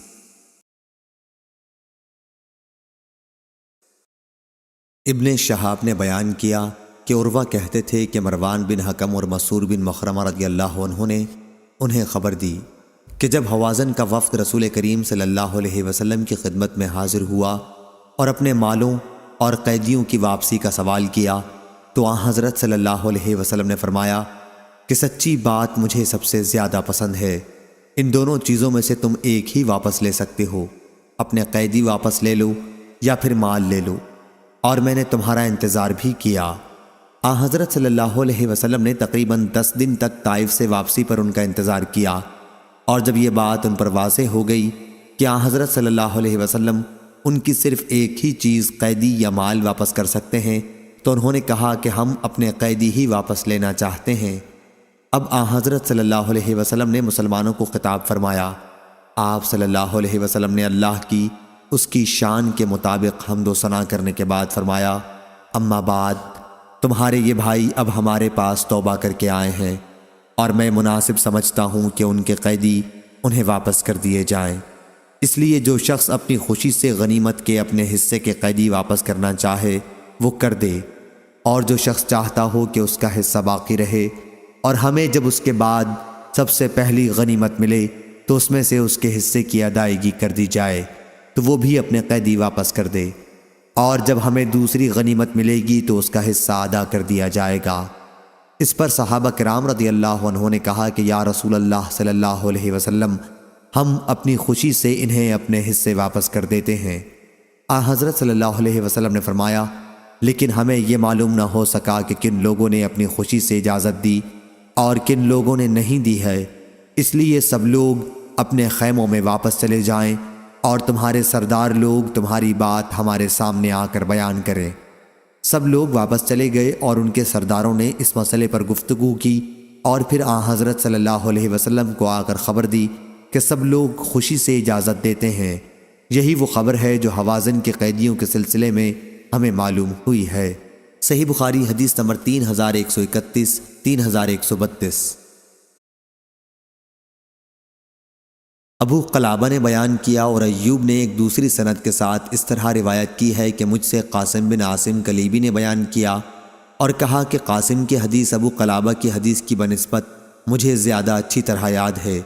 زہدم سے انہوں نے بیان کیا کہ ہم ابو موسیٰ اشعری رضی اللہ عنہ کی مجلس میں حاضر تھے، کھانا لایا گیا اور وہاں مرغی کا ذکر ہونے لگا۔ بنی تیم اللہ کے ایک آدمی سرخ رنگ والے وہاں موجود تھے، غالباً موالی میں سے تھے۔ انہیں بھی ابو موسیٰ رضی اللہ عنہ نے کھانے پر بلایا۔ وہ کہنے لگے کہ میں نے مرغی کو گندی چیزیں کھاتے ایک مرتبہ دیکھا تھا تو مجھے بڑی نفرت ہوئی اور میں نے قسم کھا لی کہ اب کبھی مرغی کا گوشت نہ کھاؤں گا۔ حضرت ابو موسیٰ رضی اللہ عنہ نے کہا کہ قریب آ جاؤ، تمہاری قسم پر میں تم سے ایک حدیث اس سلسلے کی بیان کرتا ہوں۔ قبیلہ اشعر کے چند لوگوں کو ساتھ لے کر میں نبی کریم صلی اللہ علیہ وسلم کی خدمت میں غزوہ تبوک کے لیے حاضر ہوا اور سواری کی درخواست کی۔ حضرت صلی اللہ علیہ وسلم نے فرمایا، اللہ کی قسم میں تمہارے لیے سواری کا انتظام نہیں کر سکتا، کیونکہ میرے پاس کوئی ایسی چیز نہیں ہے جو تمہاری سواری کے کام آ سکے۔ پھر حضرت صلی اللہ علیہ وسلم کی خدمت میں غنیمت کے کچھ اونٹ آئے تو آپ صلی اللہ علیہ وسلم نے ہمارے متعلق دریافت فرمایا اور فرمایا کہ قبیلہ اشعر کے لوگ کہاں ہیں؟ چنانچہ آپ صلی اللہ علیہ وسلم نے 5 اونٹ ہمیں دیے جانے کا حکم صادر فرمایا، خوب موٹے تازے اور فربا۔ جب ہم چلنے لگے تو ہم نے آپس میں کہا کہ جو نامناسب طریقہ ہم نے اختیار کیا اس سے حضرت صلی اللہ علیہ وسلم کے اس عطیے میں ہمارے لیے کوئی برکت نہیں ہو سکتی۔ چنانچہ ہم پھر حضرت صلی اللہ علیہ وسلم کی خدمت میں حاضر ہوئے اور عرض کیا کہ ہم نے پہلے جب آپ سے درخواست کی تو آپ نے قسم کھا کر فرمایا تھا کہ میں تمہاری سواری کا انتظام نہیں کر سکوں گا۔ شاید آپ حضرت صلی اللہ علیہ وسلم کو وہ قسم یاد نہ رہی ہو، لیکن حضرت صلی اللہ علیہ وسلم نے فرمایا کہ میں نے تمہاری سواری کا انتظام واقعی نہیں کیا، وہ اللہ تعالیٰ ہے جس نے تمہیں یہ سواریاں دے دی ہیں۔ اللہ کی قسم تم اس پر یقین رکھو کہ انشاءاللہ جب بھی میں کوئی قسم کھاؤں پھر مجھ پر یہ بات ظاہر ہو جائے کہ بہتر اور مناسب طرز عمل اس کے سوا میں ہے تو میں وہی کروں گا جس میں اچھائی ہوگی اور قسم کا کفارہ دے دوں گا۔ صحیح بخاری حدیث نمبر 3133۔ امام مالک نے خبر دی، انہیں نافع نے اور انہیں ابن عمر رضی اللہ عنہ نے، کہ رسول اللہ صلی اللہ علیہ وسلم نے نجد کی طرف ایک لشکر روانہ کیا۔ عبداللہ بن عمر رضی اللہ عنہ بھی لشکر کے ساتھ تھے۔ غنیمت کے طور پر اونٹوں کی ایک بڑی تعداد اس لشکر کو ملی، اس لیے اس کے ہر سپاہی کو حصے میں بھی 12 11 اونٹ ملے تھے اور ایک اونٹ اور انعام میں ملا۔ صحیح بخاری حدیث نمبر 3134۔ لیث نے خبر دی، انہیں عقیل نے، انہیں ابن شہاب نے، انہیں سالم نے اور انہیں عبداللہ بن عمر رضی اللہ عنہ نے، کہ نبی کریم صلی اللہ علیہ وسلم بعض مہموں کے موقع پر اس میں شریک ہونے والوں کو غنیمت کے عام حصوں کے علاوہ خمس وغیرہ میں سے اپنے طور پر بھی دیا کرتے تھے۔ صحیح بخاری حدیث نمبر 3135۔ یزید بن عبداللہ نے بیان کیا، ان سے ابو بردہ نے اور ان سے ابو موسیٰ اشعری رضی اللہ عنہ نے، کہ نبی کریم صلی اللہ علیہ وسلم کی ہجرت کی خبر ہمیں ملی تو ہم یمن میں تھے، اس لیے ہم بھی آپ کی خدمت میں مہاجرین کی حیثیت سے حاضر ہونے کے لیے روانہ ہوئے۔ میں تھا، میرے 2 بھائی تھے، میری عمر ان دونوں سے کم تھی۔ دونوں بھائیوں میں ایک ابو بردہ تھے اور دوسرے ابو رحم، یا انہوں نے یہ کہا کہ اپنی قوم کے چند افراد کے ساتھ، یا یہ کہا 53 یا 52 آدمیوں کے ساتھ یہ لوگ روانہ ہوئے تھے۔ ہم کشتی میں سوار ہوئے تو ہماری کشتی نجاشی کے ملک حبشہ پہنچ گئی اور وہاں ہمیں جعفر بن ابی طالب رضی اللہ عنہ اپنے دوسرے ساتھیوں کے ساتھ ملے۔ جعفر رضی اللہ عنہ نے کہا کہ رسول کریم صلی اللہ علیہ وسلم نے ہمیں یہاں بھیجا تھا اور حکم دیا تھا کہ ہم یہیں رہیں، اس لیے آپ لوگ بھی ہمارے ساتھ یہیں ٹھہر جائیں۔ چنانچہ ہم بھی وہیں ٹھہر گئے اور پھر سب ایک ساتھ مدینہ حاضر ہوئے۔ جب ہم خدمت نبوی میں پہنچے تو حضرت صلی اللہ علیہ وسلم خیبر فتح کر چکے تھے، لیکن حضرت صلی اللہ علیہ وسلم نے دوسرے مجاہدوں کے ساتھ ہمارا بھی حصہ مال غنیمت میں لگایا، یا انہوں نے یہ کہا کہ آپ نے غنیمت میں سے ہمیں بھی عطا فرمایا، حالانکہ آپ صلی اللہ علیہ وسلم نے کسی ایسے شخص کا غنیمت میں حصہ نہیں لگایا جو لڑائی میں شریک نہ رہا ہو، صرف انہی لوگوں کو حصہ ملا تھا جو لڑائی میں شریک تھے۔ البتہ ہماری کشتی کے ساتھیوں اور جعفر اور ان کے ساتھیوں کو بھی آپ نے غنیمت میں شریک کیا تھا، حالانکہ ہم لوگ لڑائی میں شریک نہیں ہوئے تھے۔ صحیح بخاری حدیث نمبر 3136۔ سفیان بن عیینہ نے کہا، ہم سے محمد بن منکدر نے اور انہوں نے جابر رضی اللہ عنہ سے سنا، آپ نے بیان کیا کہ نبی کریم صلی اللہ علیہ وسلم نے فرمایا تھا کہ جب بحرین سے وصول ہو کر میرے پاس مال آئے گا تو میں تمہیں اس طرح 3 لب دوں گا۔ اس کے بعد حضرت صلی اللہ علیہ وسلم کی وفات ہو گئی اور بحرین کا مال اس وقت تک نہ آیا۔ پھر جب وہاں سے مال آیا تو ابو بکر رضی اللہ عنہ کے حکم سے منادی نے اعلان کیا کہ جس کا بھی نبی کریم صلی اللہ علیہ وسلم پر کوئی قرض ہو یا آپ کا کوئی وعدہ ہو تو ہمارے پاس آئے۔ میں ابو بکر رضی اللہ عنہ کی خدمت میں گیا اور عرض کیا کہ مجھ سے رسول اللہ صلی اللہ علیہ وسلم نے یہ فرمایا تھا، چنانچہ انہوں نے 3 لب بھر کر مجھے دیا۔ سفیان بن عیینہ نے اپنے دونوں ہاتھوں سے اشارہ کر کے لب بھرنے کی کیفیت بتائی۔ پھر ہم سے سفیان نے بیان کیا کہ ابن منکدر نے بھی ہم سے اسی طرح بیان کیا تھا، اور ایک مرتبہ سفیان نے سابقہ سند کے ساتھ بیان کیا کہ جابر رضی اللہ عنہ نے کہا کہ میں ابو بکر رضی اللہ عنہ کی خدمت میں حاضر ہوا تو انہوں نے مجھے کچھ نہیں دیا۔ پھر میں حاضر ہوا اور اس مرتبہ بھی مجھے انہوں نے کچھ نہیں دیا۔ پھر میں تیسری مرتبہ حاضر ہوا، عرض کیا کہ میں نے ایک مرتبہ آپ سے مانگا اور آپ نے عنایت نہیں فرمایا، دوبارہ مانگا پھر بھی آپ نے عنایت نہیں فرمایا، اور پھر مانگا لیکن آپ نے عنایت نہیں فرمایا۔ اب یا آپ مجھے دیجئے یا پھر میرے بارے میں بخل سے کام لیجئے۔ حضرت ابو بکر رضی اللہ عنہ نے فرمایا کہ تم کہتے ہو کہ میرے معاملے میں بخل سے کام لیتا ہے، حالانکہ تمہیں دینے سے جب بھی میں نے منہ پھیرا تو میرے دل میں یہ بات ہوتی تھی کہ تمہیں کبھی نہ کبھی ضرور دینا ہے۔ سفیان نے بیان کیا کہ ہم سے عمروں نے بیان کیا، ان سے محمد بن علی نے اور ان سے جابر نے۔ پھر ابو بکر رضی اللہ عنہ نے مجھے 1 لب بھر کر دیا اور فرمایا کہ اسے شمار کر۔ میں نے شمار کیا تو 500 کی تعداد تھی۔ اس کے بعد ابو بکر رضی اللہ عنہ نے فرمایا کہ اتنا ہی 2 مرتبہ اور لے لے۔ اور ابن المنکدر نے بیان کیا کہ ابو بکر رضی اللہ عنہ نے فرمایا تھا، بخل سے زیادہ بدترین اور کیا بیماری ہو سکتی ہے۔ صحیح بخاری حدیث نمبر 3137۔ عمرو بن دینار نے بیان کیا اور ان سے جابر بن عبداللہ رضی اللہ عنہ نے بیان کیا کہ رسول اللہ صلی اللہ علیہ وسلم مقام جورانہ میں غنیمت تقسیم کر رہے تھے کہ ایک شخص ذوالخویسرہ نے آپ سے کہا، انصاف سے کام لیجئے۔ حضرت صلی اللہ علیہ وسلم نے فرمایا، اگر میں بھی انصاف سے کام نہ لوں تو بدبخت ہوا۔ صحیح بخاری حدیث نمبر 3138۔ عبد الرزاق نے خبر دی، انہیں معمر نے، انہیں زہری نے، انہیں محمد بن جبیر نے اور انہیں ان کے والد نے کہ رسول کریم صلی اللہ علیہ وسلم نے بدر کے قیدیوں کے بارے میں فرمایا تھا کہ اگر مطعم بن عدی جو کفر کی حالت میں مر گئے تھے زندہ ہوتے اور ان نجس ناپاک لوگوں کی سفارش کرتے تو میں ان کی سفارش سے انہیں فدیہ لیے بغیر چھوڑ دیتا۔ صحیح بخاری حدیث نمبر 3139۔ ابن مسیب نے بیان کیا اور ان سے جبیر بن مطعم رضی اللہ عنہ نے بیان کیا کہ میں اور عثمان بن عفان رضی اللہ عنہ رسول اللہ صلی اللہ علیہ وسلم کی خدمت میں حاضر ہوئے اور عرض کیا، یا رسول اللہ، آپ نے بنو مطلب کو تو عنایت فرمایا لیکن ہم کو چھوڑ دیا، حالانکہ ہم کو آپ سے وہی رشتہ ہے جو بنو مطلب کو آپ سے ہے۔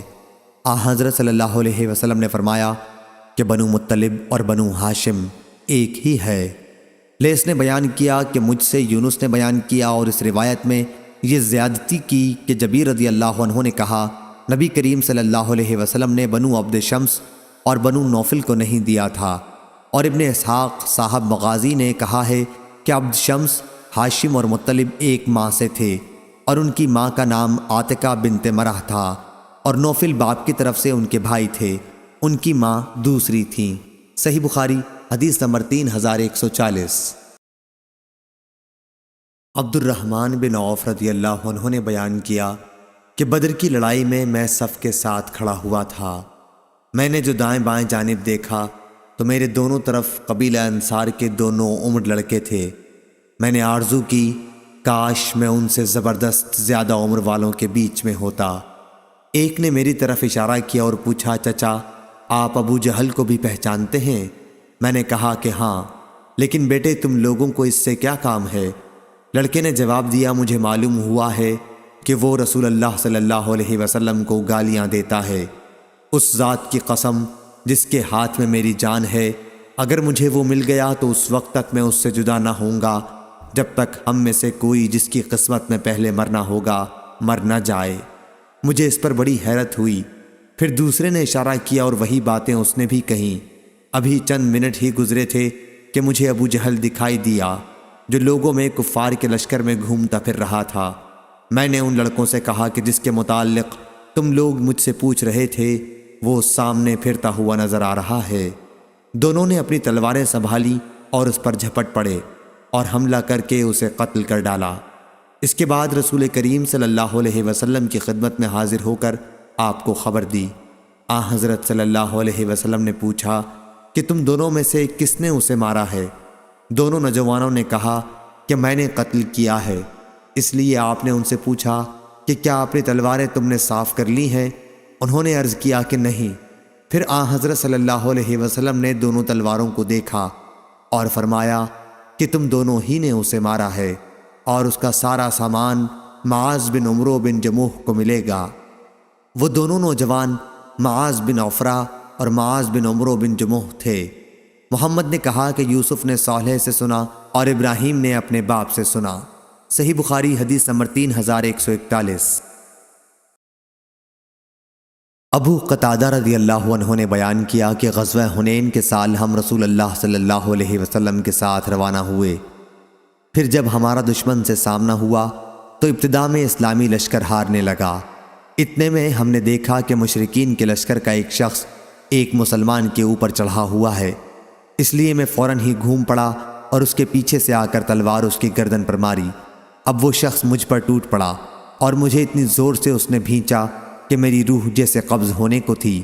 آخر جب اس کو موت نے آ دبوچا تب کہیں جا کر اس نے مجھے چھوڑا۔ اس کے بعد مجھے عمر بن خطاب رضی اللہ عنہ ملے تو میں نے ان سے پوچھا کہ مسلمان اب کس حالت میں ہیں؟ انہوں نے کہا کہ جو اللہ کا حکم تھا وہی ہوا، لیکن مسلمان ہارنے کے بعد پھر مقابلے پر سنبھل گئے تو نبی کریم صلی اللہ علیہ وسلم بیٹھ گئے اور فرمایا کہ جس نے بھی کسی کافر کو قتل کیا ہو اور اس پر وہ گواہ پیش کر دے تو مقتول کا سارا ساز و سامان اسے ہی ملے گا۔ ابو قتادہ نے کہا میں بھی کھڑا ہوا اور میں نے کہا کہ میری طرف سے کون گواہی دے گا، لیکن جب میری طرف سے کوئی نہ اٹھا تو میں بیٹھ گیا۔ پھر دوبارہ حضرت صلی اللہ علیہ وسلم نے فرمایا کہ آج جس نے کسی کافر کو قتل کیا اور اس پر اس کی طرف سے کوئی گواہ بھی ہو تو مقتول کا سارا سامان اسے ملے گا۔ اس مرتبہ پھر میں نے کھڑے ہو کر کہا کہ میری طرف سے کون گواہی دے گا، اور پھر مجھے بیٹھنا پڑا۔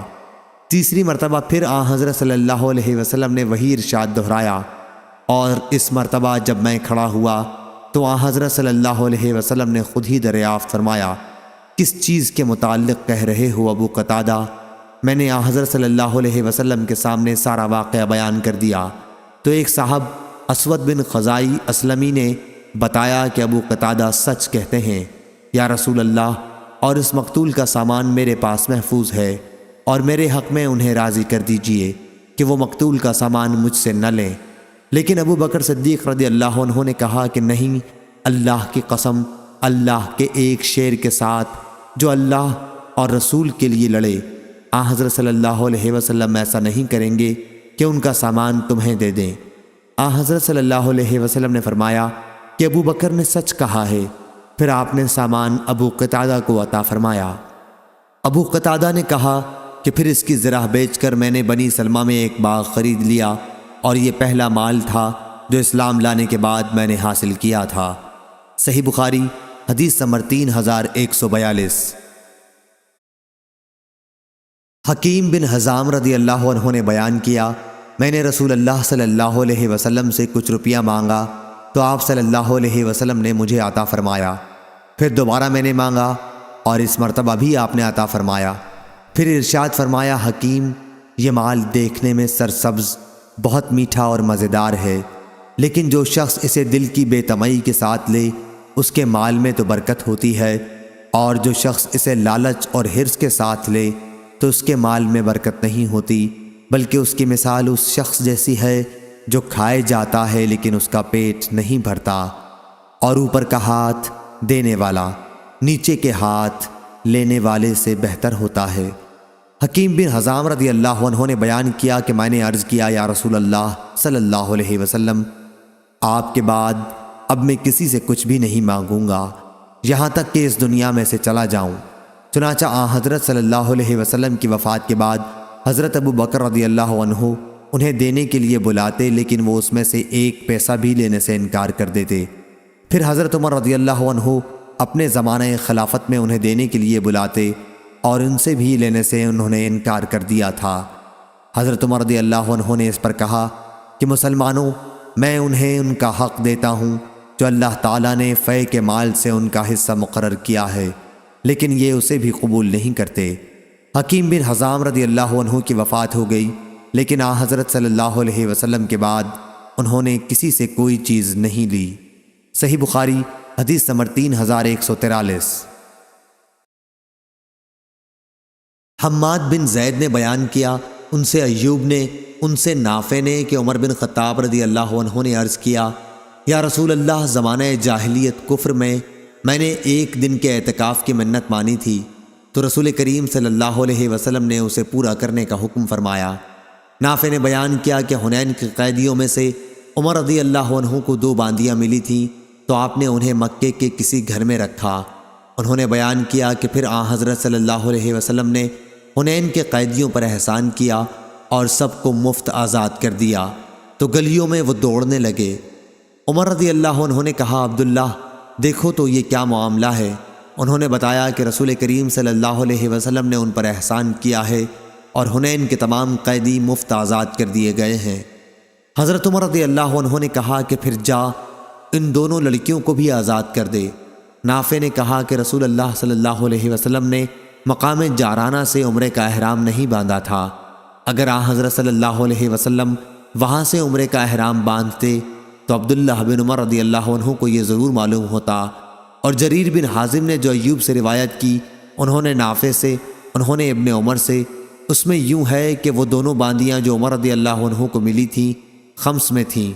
اعتکاف سے متعلق یہ روایت معمر نے ایوب سے نقل کی ہے، ان سے نافع نے، ان سے عبداللہ بن عمر رضی اللہ عنہ نے نظر کا قصہ جو روایت کیا ہے اس میں ایک دن کا لفظ نہیں ہے۔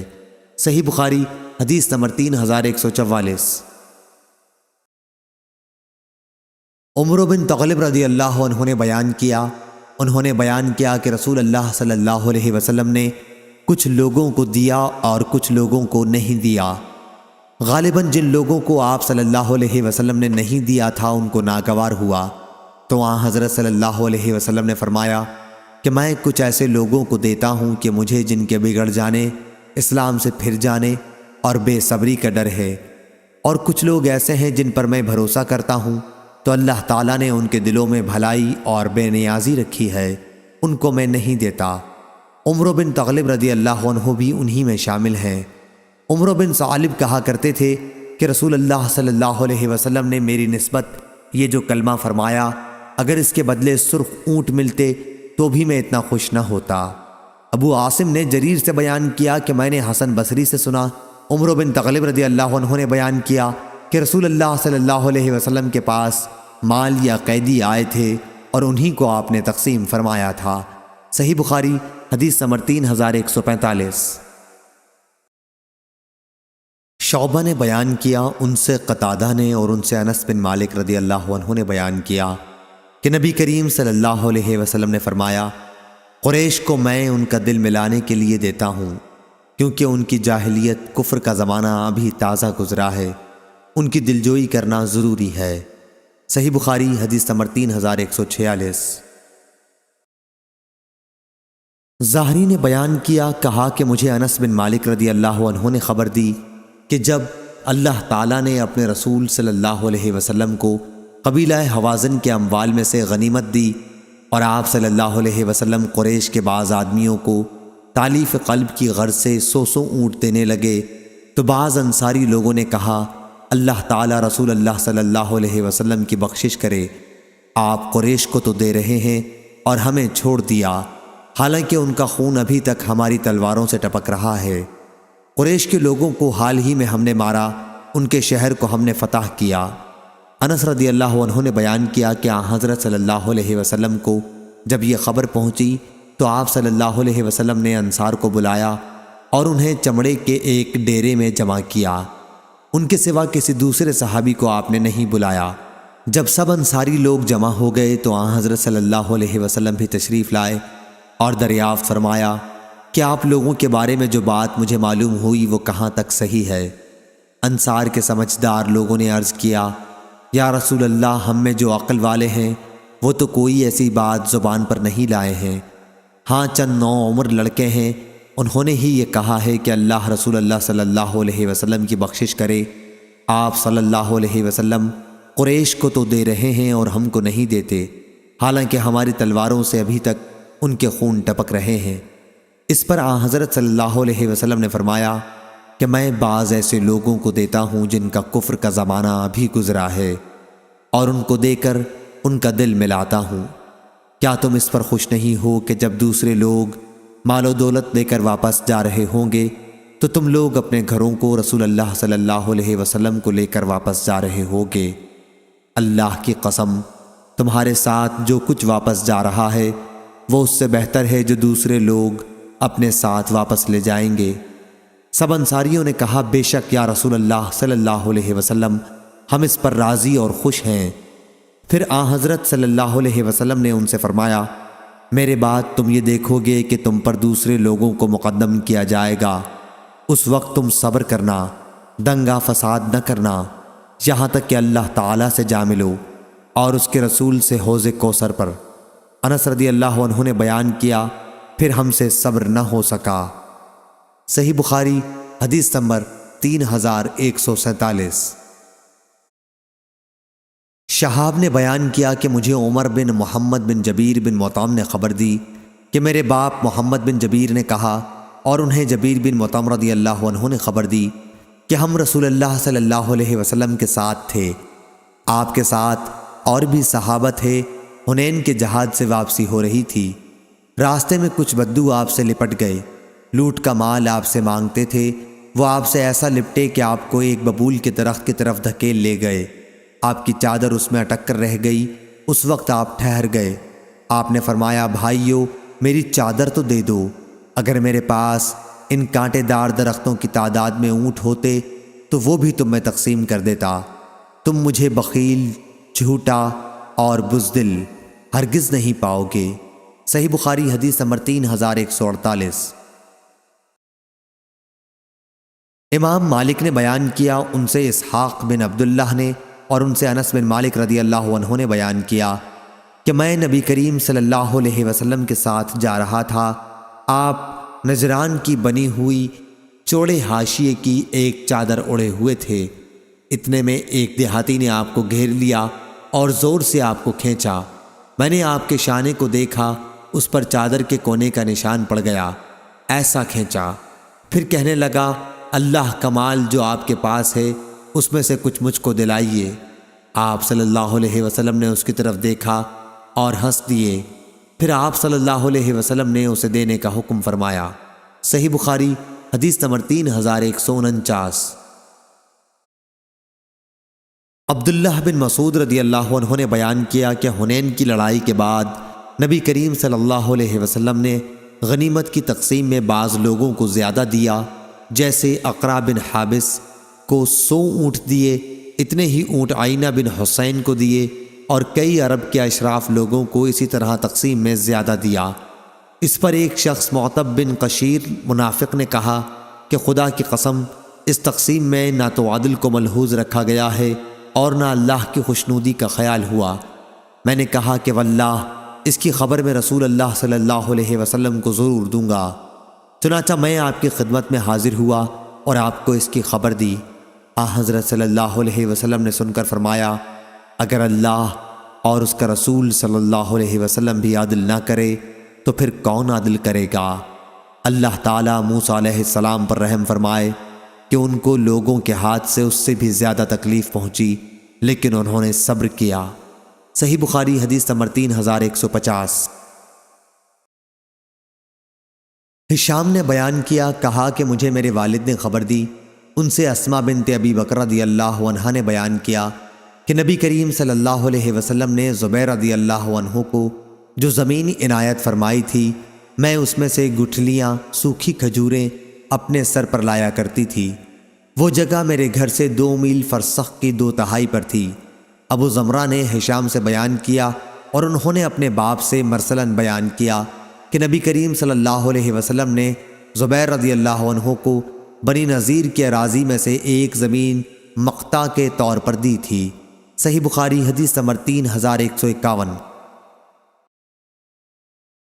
نافع نے خبر دی انہیں عبداللہ بن عمر رضی اللہ عنہ نے کہ عمر نے یہود و نصارہ کو سرزمین حجاز سے نکال کر دوسری جگہ بسا دیا تھا۔ رسول اللہ صلی اللہ علیہ وسلم نے جب خیبر فتح کیا تو آپ کا بھی ارادہ ہوا تھا کہ یہودیوں کو یہاں سے نکال دیا جائے۔ جب آپ نے فتح پائی تو اس وقت وہاں کی کچھ زمین یہودیوں کے قبضے میں ہی تھی اور اکثر زمین پیغمبر صلی اللہ علیہ وسلم اور مسلمانوں کے قبضے میں تھی۔